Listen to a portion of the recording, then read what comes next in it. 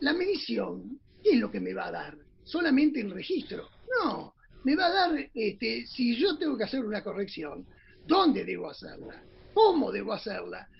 ¿Cuánto voy a perder? Si yo, bueno, digo, bueno, perfecto, yo voy a hacer una corrección, pero le voy a tener que hacer una osteotomía de sustracción.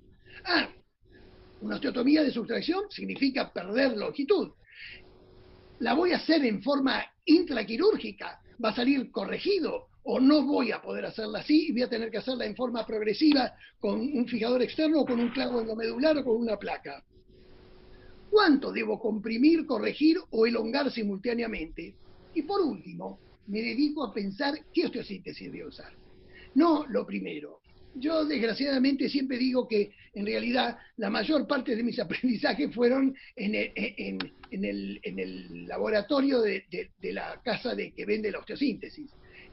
Bueno, pero en realidad el objetivo que tenía el que me quería vender la osteosíntesis era que yo la indicase lo antes posible. Pero no, lo último que yo tengo que pensar es con qué la voy a fijar. Puede ser cualquier osteosíntesis o puede ser una osteosíntesis especial, pero lo primero que tengo que saber es qué voy a usar y por qué la voy a usar.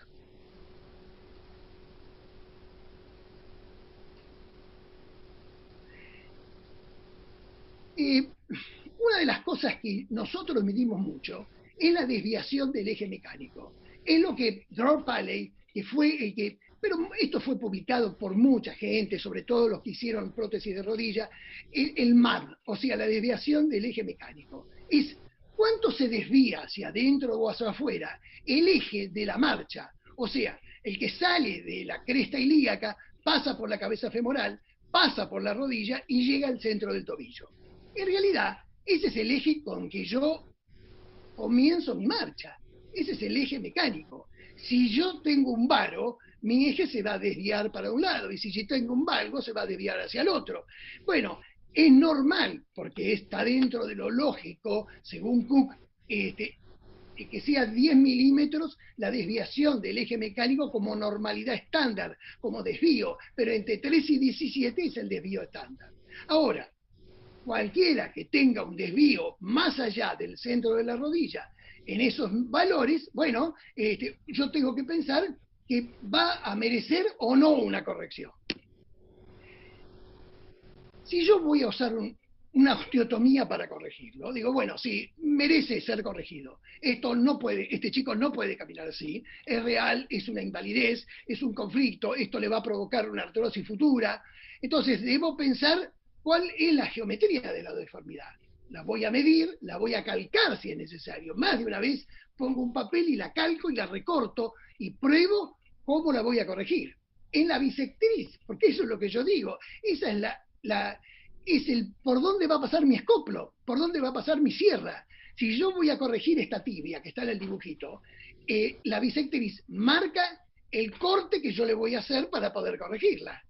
Entonces uno dice, bueno, pero esta bisectriz yo la aprendí cuando estaba en el colegio, pero es verdad que esta bisectriz a mí me va a servir mucho en la longitud del miembro, porque el miembro puede ser más corto, pero puede ser más largo, en la cobertura cutánea, porque a lo mejor donde me indica en realidad esta deformidad que yo marqué con dos líneas y que me da el centro de rotación y de angulación de ese hueso, justo está en una úlcera, en una lastimadura, en una lesión cutánea grave.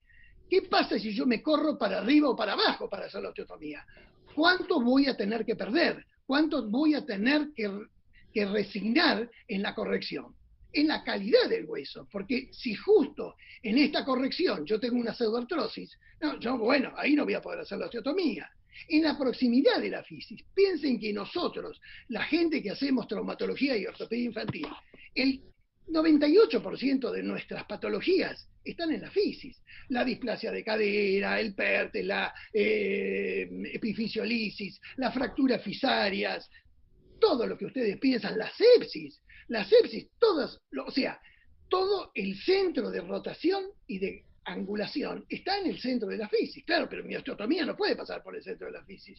Yo, en una coxavara, para poder corregirla, me voy a tener que ir por debajo del trocánter. Sí, bueno, pero que el centro de rotación está en el centro de la cabeza, no debajo del trocánter. Entonces, ¿cuánto yo voy a perder de calidad en la corrección por irme por debajo del trocánter y no en el medio de la cabeza.